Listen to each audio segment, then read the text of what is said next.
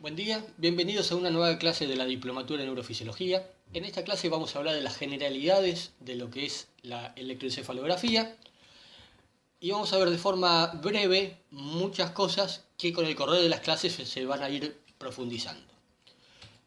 Para esto vamos a empezar con un poquito de historia. Catton en el siglo XIX es el que desarrolla el electroencefalógrafo, pero tenemos que llegar a 1929 para que el doctor Hans Berger, un psiquiatra, haga los primeros registros en humanos. Para eso utiliza de modelo a su hijo y estas son las fotos de los primeros registros.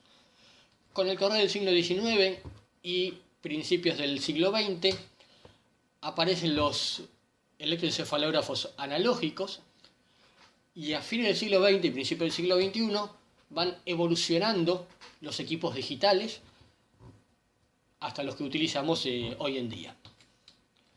Y para hacer esta clase me pregunté qué cosas tengo yo que saber cuando me siento ante un electro para informarlo, para interpretarlo. Entonces, por un lado, me pregunté cómo funciona. Si bien no va a ser una clase esta de electrofisiología, yo tengo que tener algunas cositas en cuenta, ¿sí? a la hora de sentarme bien a ver un electro. También me tengo que preguntar cómo se hace, tengo que tener alguna noción de la técnica. ¿Para qué sirve? Si no sé para qué sirve, la verdad no sé por qué voy a estar informando ese electroencefalograma. ¿Y cómo lo leo? Porque por supuesto yo tengo que interpretar y dar información a un médico, a otro colega, sobre ese electroencefalograma en particular. Entonces vamos a empezar con la electrofisiología. Han tenido clases de esto, así que vamos a hacerlo de forma breve, solo puntualizando las cosas que tenemos que saber para lo que es esta clase. Por un lado tenemos muchas neuronas en el cerebro que van a generar corrientes tanto intra como extracelulares. Estas corrientes, que van a tener diferentes direcciones, diferentes sentidos, van a generar lo que llamamos dipolos. Y estos dipolos es lo que en definitiva yo voy a registrar con el electrodo de superficie que voy a utilizar para hacer un electro. Y tengo que tener en cuenta que en el cerebro hay muchos circuitos, ¿sí? Estos dipolos se organizan de alguna forma en diferentes circuitos. Uno de los más importantes es el circuito córtico-talámico. ¿Por qué? Porque me va a determinar, o por lo menos eso dicen algunos autores, que me va a determinar el ritmo alfa que después vamos a ver, que es uno de los ritmos principales del electroencefalograma. Vamos a seguir las flechas que van a ir apareciendo en el dibujo de la izquierda. Tenemos en azul la neurona piramidal de la corteza, en verde la neurona talámica y en amarillo la interneurona. La célula de la corteza, la neurona cortical, estimula a la neurona del tálamo. A su vez, la neurona del tálamo estimula a la corteza. Esto hace un circuito reverberante excitatorio. Lo que le hace la interneurona es inhibir la célula talámica para tener control sobre este circuito. Si yo tengo un histograma, veo las diferentes descargas en los diferentes grupos de neuronas y en definitiva lo que yo voy a ver en el electroencefalograma es esta forma sinusoidal, ¿sí? Que me va a expresar todo ese circuito excitatorio con esta inhibición rítmica que producen las interneuronas generando esa forma sinusoidal. En cuanto a cómo se hace, yo tengo que tener dos o tres conceptos claros. Primero, si bien hay diferentes sistemas para hacer un electro, vamos a utilizar el sistema 10-20 para la colocación de los electrodos. Lo importante de esto es que a nivel internacional y entre médico a médico, entre técnico a técnico, nos tenemos que entender. Entonces, en algún momento se llegó a un consenso de cómo tenían que ser nombrados los electrodos, en qué posición tenían que ir, en qué posición se organizaban en el registro, en los diferentes montajes, para que todos pudiéramos entendernos entre nosotros y poder hablar un lenguaje en común. Si bien hay sistemas como el 10-10 que son muchísimos electrodos, la verdad que en la práctica no tiene mucho sentido. Esto es más para investigación o si yo necesito ver algunas cosas en particular. Pero habitualmente para un electro de rutina no hace falta. Para eso usamos el sistema 10-20. El sistema IAS 20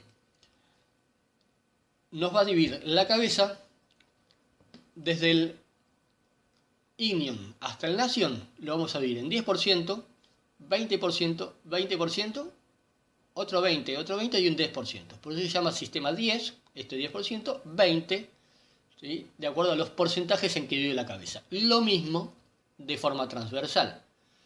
Desde el auricular un 10%, un 20, otro 20, otros 20% y el último 10%.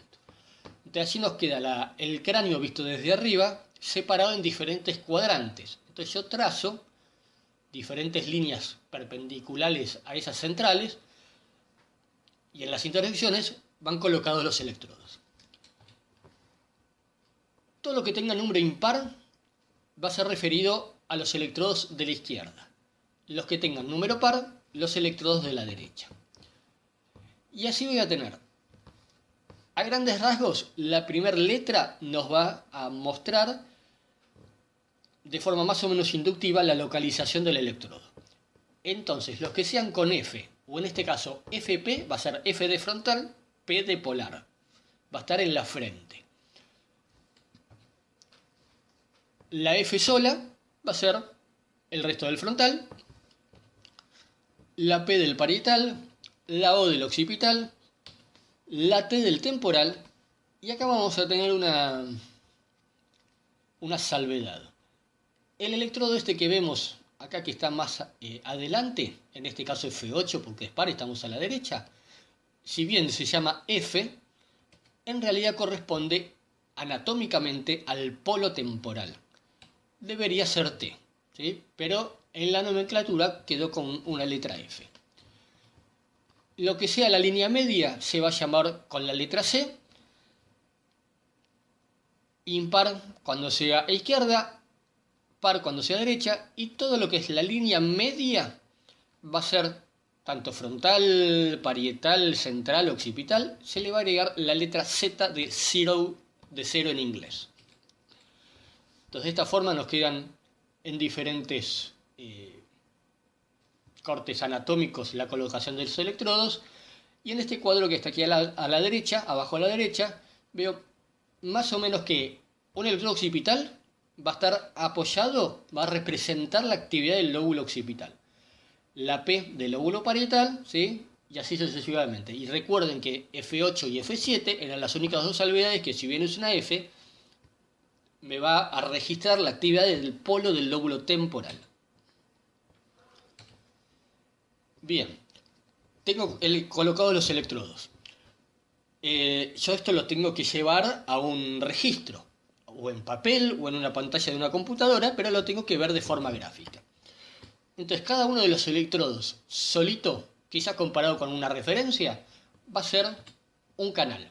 Entonces cada una de estas líneas que nosotros vamos a ver va a ser un canal.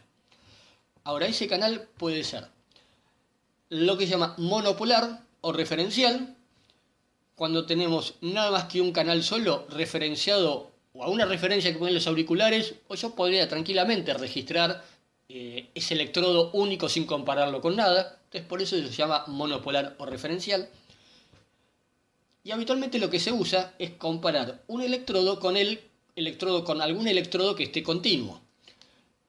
Entonces vemos aquí a la derecha que los canales tengo, por ejemplo, F1, F7, el que está marcado, y así sucesivamente. A este tipo de montajes se los llama bipolares, porque estoy comparando dos electrodos, estoy comparando dos polos.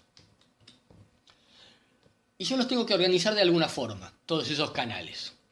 Yo los podría organizar en realidad de la forma que se me antoje, y hasta podría mezclarlos, ir y venir.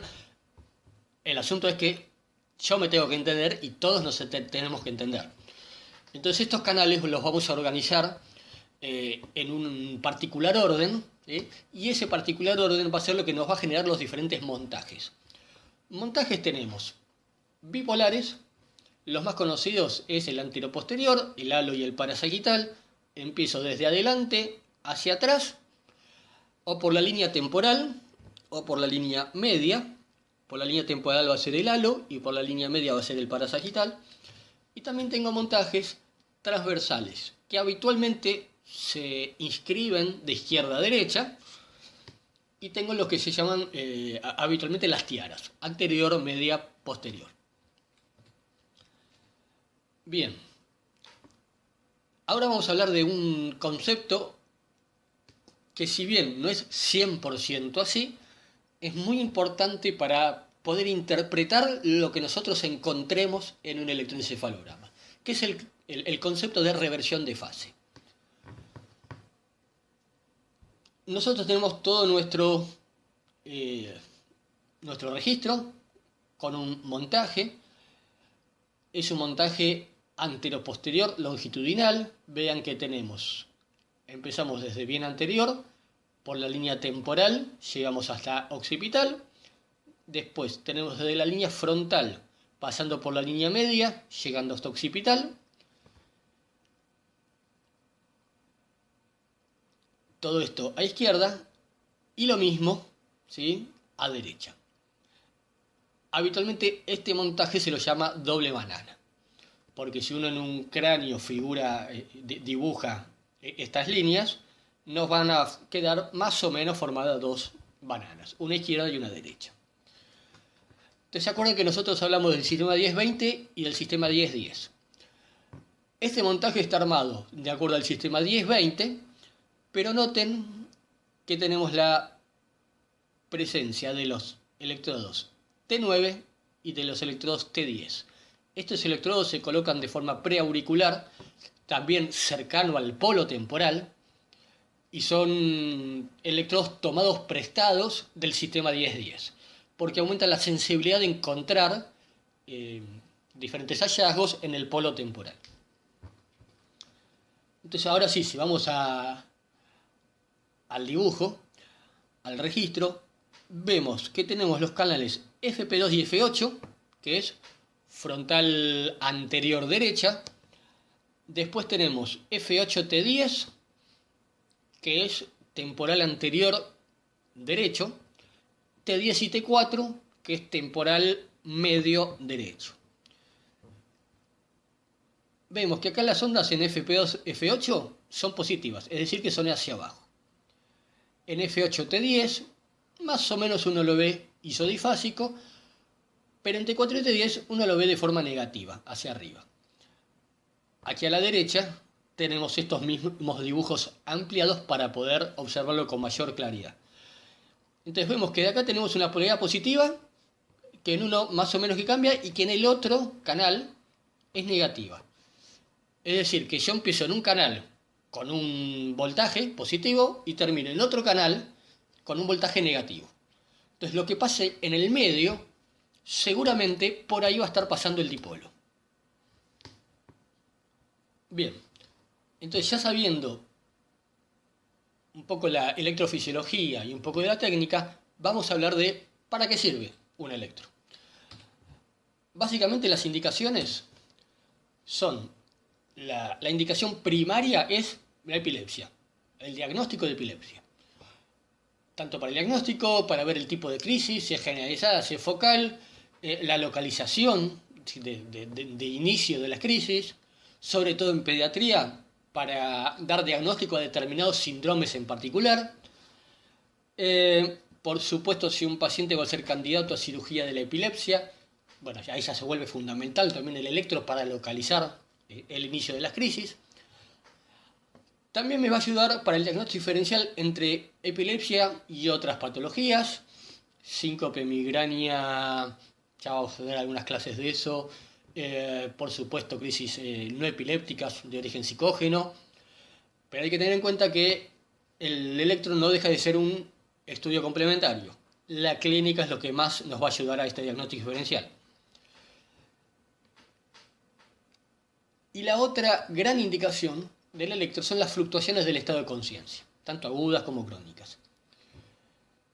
Por supuesto que hay patologías una encefalopatía hepática, que yo por ahí no necesito un electro para hacer diagnóstico de la encefalopatía. Y hoy por hoy hay muchos métodos de laboratorio que me van a certificar el diagnóstico.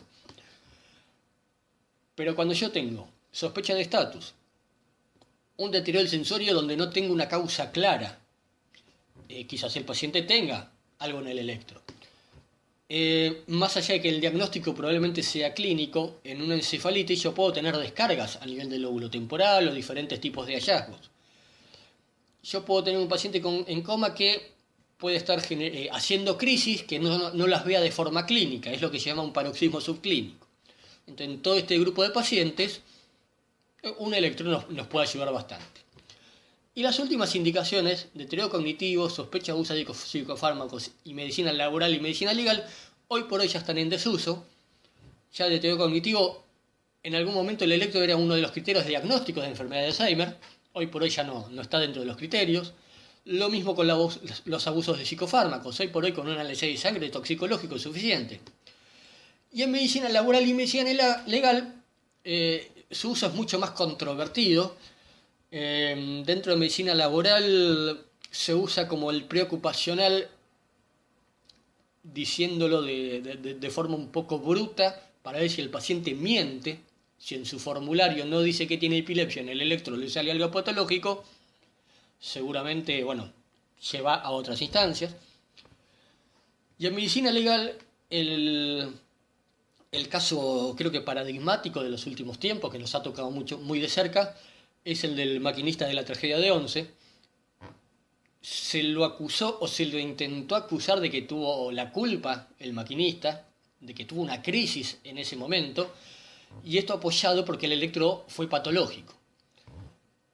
Por suerte la médica que lo informó y que estuvo en ese caso, aclaró que el diagnóstico es clínico. Si el paciente no tuvo una crisis, hay un porcentaje de la población que puede tener descargas patológicas en el estudio sin tener una epilepsia. Entonces, dentro de lo que es la medicina legal, a veces ayuda, pero hay que tener mucho cuidado. Bien, y finalmente vamos a ir a la interpretación, o sea, cómo vemos un electro. Para esto, yo tengo que ver diferentes cosas en el electro. Por un lado, el ritmo, la frecuencia, la amplitud, si es simétrico, si es reactivo a las diferentes cosas que hagamos para ver si es reactivo.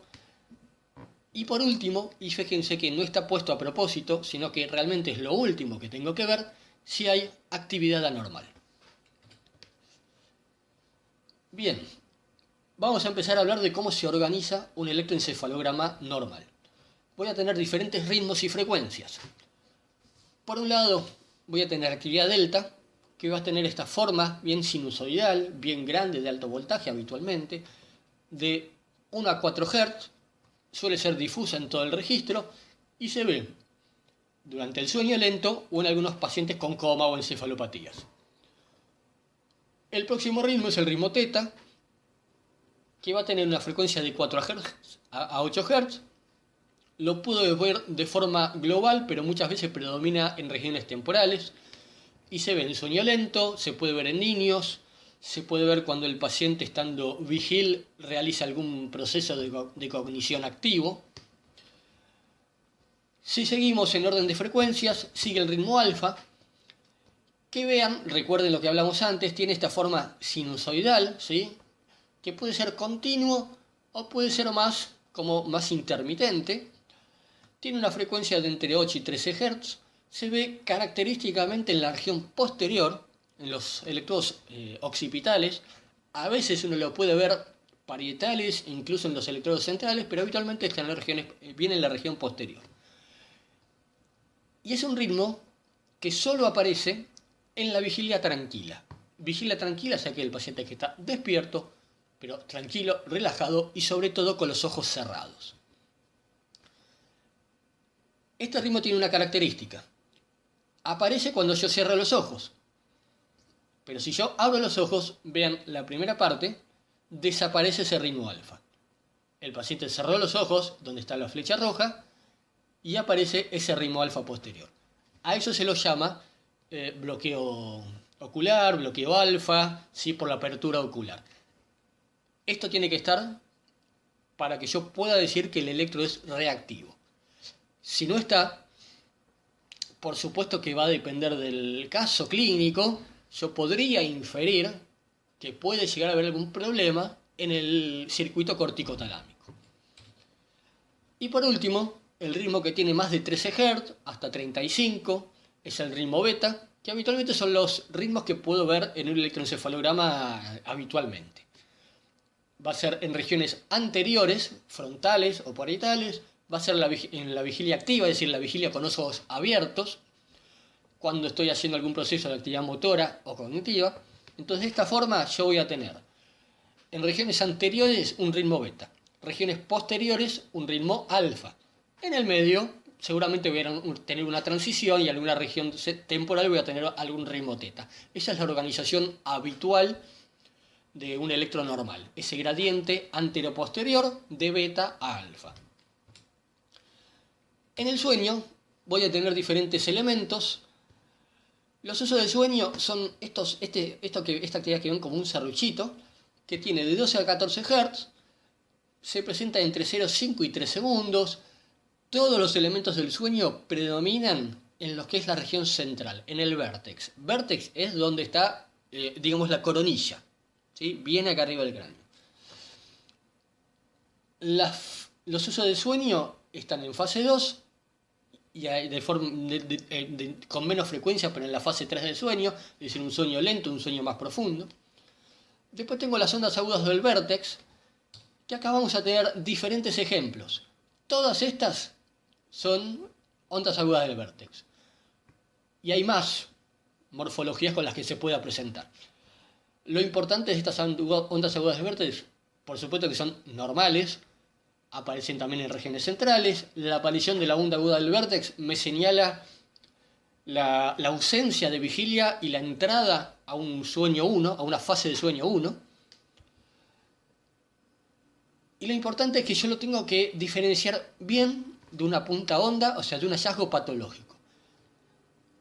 Ustedes me dirán, bueno, yo la verdad lo veo bastante diferente.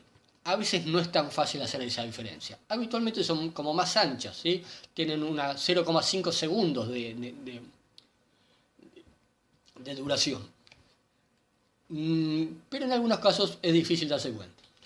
Y los complejos K no es más que la asociación de un uso de sueño con una onda aguda del vértex. Esto puede ser que la onda aguda del vértex esté antes, durante o después el uso del sueño. En el caso de la foto, vemos que está el uso del sueño interrumpido por esa onda aguda del vértex y después continúa ese uso del sueño. Bien, entonces dijimos que tenía que ser reactivo.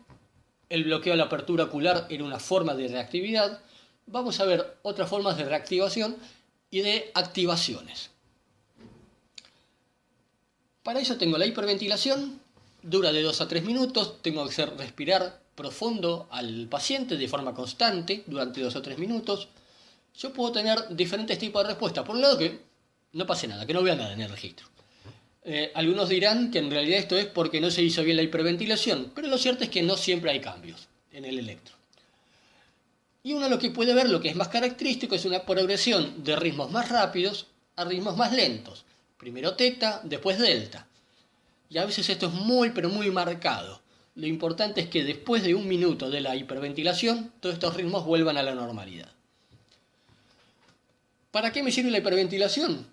Como ven acá, en las epilepsias focales aumenta un poquito la frecuencia de aparición de punta onda, pero para lo que más me va a servir es para las epilepsias generalizadas. Una buena hiperventilación me puede desencadenar una ausencia clínica y por supuesto yo puedo ver el correlato eléctrico. La estimulación lumínica intermitente, la ELI, es una estimulación a frecuencias crecientes de una luz intermitente que empieza de 1 Hz a 60 Hz, hay protocolos para esto, y puede ser que me provoque o nada, o que no haya ningún tipo de respuesta en el electro. Puede ser que haya un fenómeno de arrastre, que vean acá, viene el trazado y en algún momento aparece como este serruchito así chiquitito que después desaparece. Bien, ese es el fenómeno de arrastre. Si uno amplía estos segundos, lo ve bien grande, ves que este fenómeno de arrastre, ese serruchito tiene la misma frecuencia que la luz a la cual lo estoy estimulando al paciente. Por otro lado tengo las respuestas fotomioclónicas, que uno ve que el paciente empieza con mioclonía, sobre todo en párpados, y yo puedo ver potenciales musculares, motores en el electro, pero sin otros cambios en el electro. Y esto, si bien se dice que es una actividad normal, una respuesta normal, algunos dicen que si la luz es capaz de desencadenar una mioclonía, es porque cierta facilitación de la vía existe. Entonces ya no sería tan normal. Y por supuesto que tengo la respuesta fotoparoxística, que es cuando ya desencadeno o una crisis clínica o una crisis eléctrica, ¿sí?, de forma llamativa. ¿Cuándo me va a servir? En algunos casos de epilepsia generalizada, no en todos, pero sobre todo en las epilepsias reflejas. Una epilepsia refleja, donde uno sabe que el paciente tiene crisis ante un estímulo lumínico, claramente yo le tengo que hacer una fotoestimulación. Y la última activación es la de privación de sueño, que tiene que estar ajustada a la edad, aumenta el rendimiento de un electro entre un 30 y 85%, y sobre todo en las epilepsias generalizadas es donde me va a aportar más datos. Entonces vemos en el primer trazado de arriba, tenemos un trazado de vigilia organizado reactivo y simétrico, porque tengo este gradiente de actividades rápidas anteriores y actividad alfa posterior, que cuando abre, cierra los ojos, se bloquea esa actividad alfa, y cuando los vuelvo a cerrar, vuelve a aparecer el alfa, ¿sí? Entonces este es un trazado de vigilia organizado, reactivo y simétrico. Y esto es una fase 2 de sueño, simplemente para mostrar un trazado de sueño normal. Pero no todo lo que vemos en un electro es normal, o todo lo que creemos que es patológico realmente es patológico. Existen un sinfín de variantes de la normalidad, lo cual a veces es bastante complicado, ¿sí?, de poder diferenciar. Como ven, hay muchas y probablemente haya más que las que están acá nombradas. Vamos a ver algunas que son las más frecuentes o las más importantes. Por un lado tenemos el ritmo MU, tiene una frecuencia de 7 a 11 Hz. Vean que tiene como esta forma de arco, ¿sí?, bien ausado, en localizaciones centrales. Tiene un significado de una actividad motora o pensar una actividad motora. Entonces cuando yo le digo, esto lo detecta el técnico directamente. Entonces si yo veo este ritmo MU, en este caso a izquierda, yo le tengo que pedir que mueva el brazo derecho, o que por lo menos piense que va a mover ese brazo derecho, y ese ritmo MU debería desaparecer. Después tengo la punta hechizada, que es la punta Wicked, es de 6 a 11 Hz. Vean que son espigas aisladas, entonces vean cómo son esas espiguitas, ¿sí?, pero son de 6 a 11 Hz, es decir que son muy frecuentes. En un segundo tengo 6 a 11 de estas espigas. Predominan registros en regiones temporales, sobre todo de izquierda, aparecen en la somnolencia. Vean, después cuando vemos una punta honda, una onda, vamos a ver lo parecido que es una punta Wicked de una punta honda patológica. Acá la diferencia es que después más adelante en la clase vamos a ver cómo hago para diferenciar una de otra. Por otro lado tengo el ritmo de brecha, que ante la falta de un tejido, de cerebro o de hueso, en el caso en que el paciente haya tenido un accidente, todos los tejidos que ofrecen resistencia al paso de la electricidad hasta el electrodo de scalp no van a estar, por lo tanto va a estar de alguna forma facilitado, va a haber menos resistencia. Entonces yo en el registro lo voy a ver un ritmo fisiológico normal, pero lo voy a ver con mucho más voltaje, ¿sí?, con respecto al resto del electro. Y esto lo voy a ver de forma casi continua en todo el electro. Eso va a ser como yo lo voy a diferenciar de otro tipo de actividades patológicas. Puedo también tener una hipersincronía hipnagógica, que es al dormir, o hipnapómpica al despertar, que son esta aparición como de ondas lentas de alto voltaje en la somnolencia. Aparecen en ese momento, el paciente se duerme, no vuelven a aparecer, entonces no aparecen ni en vigilia, no aparecen ni en sueño. Es una actividad lenta que me genera dudas, pero tampoco me parece enteramente patológica. Entonces esto con el correr del tiempo, cuando uno lo ve muchas veces, enseguida lo reconoce en un electro. No ofrece mucha mayor dificultad. También tengo las punta onda fantasma.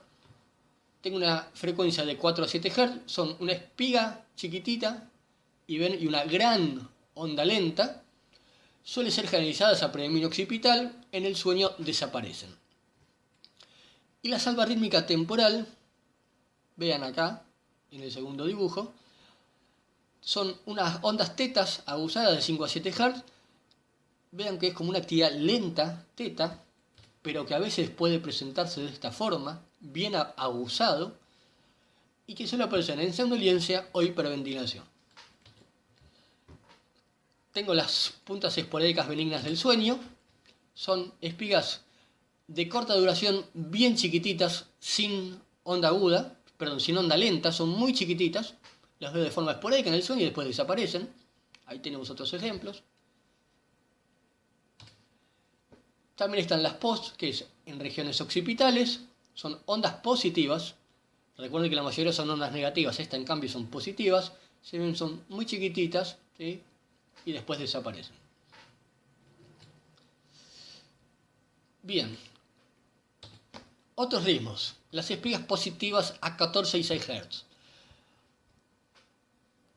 Son ondas agudas positivas, que las voy a ver o a 6 Hz o a 14 Hz, y a veces estas frecuencias están como entremezcladas, entonces me da una frecuencia extraña, rara. ¿Sí? De forma transitoria, puede ser bilateral, asincrónico, pero sobre todo en regiones temporales, aparece en la somnolencia. No es fácil de ver, pero a veces uno los ve. Lo que uno tiene que tener claro es este número 6. Lo patológico rara vez llega a 6 Hz. Entonces yo todo lo que tenga por arriba de 6 Hz, lo primero que tengo que pensar es que sea una variante de la normalidad. Por supuesto que no me tengo que quedar con eso y tengo que ver que el grafoelemento corresponda a eso, ¿sí? La variante psicomotora o son salvas rítmicas temporales de 5 a 7 Hz, son ondas positivas que tienen una muesca característica por superposición. Vean que tengo la onda lenta, pero arriba está como mellada, ¿eh? Es una onda lenta, pero que tiene una melladura arriba. Suele ser bilateral, en este caso es unilateral, suele ser temporal medio en la somnolencia. No es muy frecuente, pero a veces aparece. Y uno tiene que tener esto en cuenta, porque esto sí se puede confundir con actividad patológica. Las ondas lentas de la senectud es una actividad de entre 3 y 8 Hz, que aparece de forma intermitente en regiones temporales, que se ve sobre todo en ancianos. Es lo que muchos uno ve como que está un poquito desorganizado el registro, cuando en realidad son estas ondas lentas de la senectud. Bien, hicimos un breve paso por la normalidad y las variantes de la normalidad. Ahora vamos a ver de forma breve, sobre todo ejemplos o identificar los grafoelementos patológicos. Entonces, por un lado tengo actividad patológica que no es específica. Por supuesto que después voy a tener actividad patológica que sí sea específica. Dentro de lo específico voy a tener sobre todo actividades lentas. Vamos a empezar con lo que se llaman IRDA, actividad delta rítmica intermitente. De acuerdo a la localización voy a tener FIRDA frontal o IRDA occipital. Podría existir PIRDA parietal, pero no es habitual de ver. Y TIRDA cuando es temporal. Habitualmente esto es totalmente inespecífico. Aparece cuando está con los ojos cerrados, en el sueño superficial, o a veces en hiperventilación. Pero lo más característico es que cuando yo veo un TIRDA, una actividad delta rítmica intermitente a nivel temporal, lo que tengo que preguntarme al menos es si ese paciente no tendrá una epilepsia del lóbulo temporal con esclerosis del hipocampo. Acá tenemos un ejemplo de FIRDA y acá tenemos un hermoso ejemplo de TIRDA. Vean que en regiones temporal derecha, ¿sí? Esta actividad rítmica, en ritmo teta casi delta. Y por otro lado tenga una actividad, así como tenía una actividad no específica y otra específica, dentro de la no específica tengo una actividad rítmica intermitente, voy a tener una actividad que sea no rítmica y en lugar de intermitente que sea persistente. ¿Sí? Lo voy a ver sobre todo de forma difusa en el caso de un coma, de alteración de la respuesta cerebral. Lo puedo ver, por ejemplo, cuando tengo un tumor o alguna causa estructural que lo voy a tener más localizado. pero va a ser persistente durante todo el trazado. Bien, un grupo particular, un grafo elemento particular, va a ser la onda trifásica. No es específica, no me habla de una patología en sí misma, pero sí me orienta a un grupo de patologías, por eso es importante verlo por separado. Puede ser generalizado o focal, puede ser periódica, eso es importante. Y se ven cefalopatías de Creutzfeldt-Jakob, infecciones crónicas, causas metabólicas, uno lo puede ver en muchas cosas. Nos ayuda o causas estructurales, nos ayuda más a la etiología, ¿sí? que a otra cosa. ¿Y por qué se llama onda trifásica? Vamos a agarrar una onda trifásica, la vamos a ampliar, trazamos la línea de base y tenemos por arriba una primera fase, por debajo una segunda fase y por arriba una tercera fase. De ahí que se llama onda trifásica. Bien. Y ahora ya, entrando en lo que es la actividad específica, la actividad epileptiforme, nosotros vimos muchas variantes de la normalidad. Entonces, ¿cómo hago para distinguir algo que puede ser normal de algo que puede ser patológico? Por un lado, antes les dije que una actividad que se presente con 6 Hz o más, en principio, probablemente sea más fisiológico que patológico. Entonces ahí ya tenemos un elemento. Segundo, la morfología aguda suele ser más patológica. Todas las que son variantes de la normalidad, vimos algunas que son bastante agudas, pero suelen ser más anchas, suelen durar un poco más. La actividad patológica rompe el ritmo de base. Yo tengo un ritmo, en la variante de la normalidad, lo que yo vea va a estar por sobre ese ritmo sin alterarlo. En cambio, la actividad patológica lo rompe, lo cambia, ¿sí? Y ese ritmo después vuelve a tomar el ritmo habitual. Suelen tener mayor amplitud las cosas patológicas. Vimos que varias de las variantes de la normalidad son positivas, es decir, hacia abajo, la onda es hacia abajo. Lo patológico en general es negativo. Y si bien, por supuesto, yo puedo tener descargas generalizadas, habitualmente lo patológico va a ser más focal. Bien. Este es un ejemplo de un paciente que tuvo una ausencia durante una hiperventilación en el electroencefalograma. Como dijimos antes, una buena hiperventilación nos puede desencadenar una ausencia. Entonces, vamos a aislar una de estas puntas ondas y vemos una punta bien alta y una onda lenta. ¿Sí? Esta es una punta onda generalizada. Vemos que tenemos 1, 2, 3 en un segundo, entonces es a 3 Hz. Esto es, como dijimos, una crisis de ausencia durante la hiperventilación. Vean la diferencia con otras variantes de la normalidad, donde la puntita era bien chiquitita. Acá la punta es bastante amplia, de alto voltaje. Y de forma focal vamos a tener una punta onda, o más con morfología no tanto de punta onda, sino más como de una onda aguda, un poquito más ancha, una punta onda temporal izquierda, una punta onda temporal derecha. Para los que estuvieron atentos reconocerán esta foto, que es la misma que mostramos al principio para explicar la revisión de fase. En regiones centrales yo puedo tener alguna onda aguda, esto es mucho más difícil de diferenciar. Con el paciente en vigilia no me quedan dudas. Con el paciente en sueño lo tengo que diferenciarle la onda aguda del vértex. Pero hay, y uno las tiene que buscar, las puntaondas centrales durante el sueño. Y acá tenemos un ejemplo de una punta onda temporocentral a derecha, donde acá, en este montaje al menos, no es tan fácil ver una reversión de fase. En todos los ejemplos previos tenemos una hermosa reversión de fase. Acá es más complicado.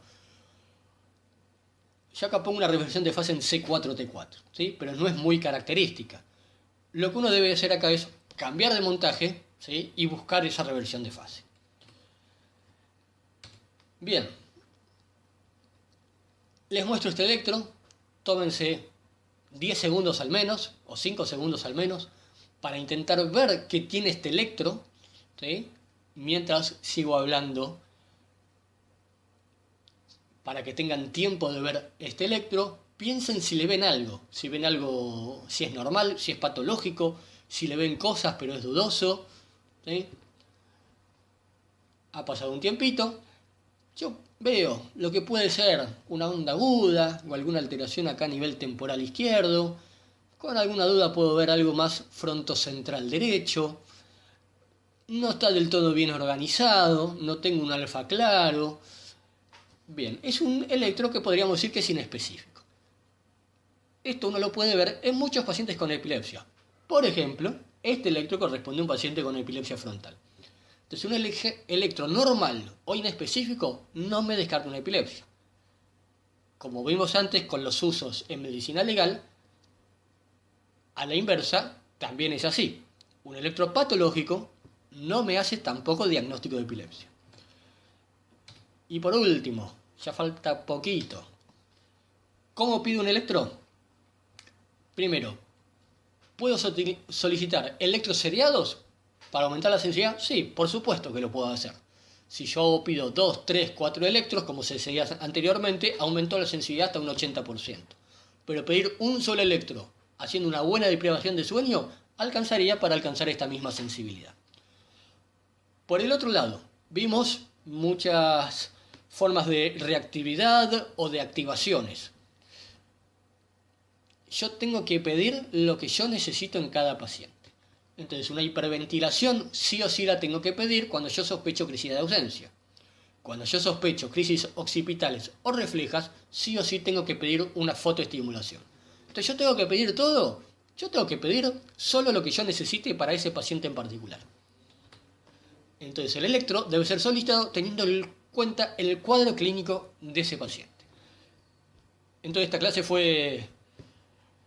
hemos tocado muchos temas de forma breve pero rápida e intensiva, así que creo que estamos para tomar un descanso. Muchísimas gracias, chicos.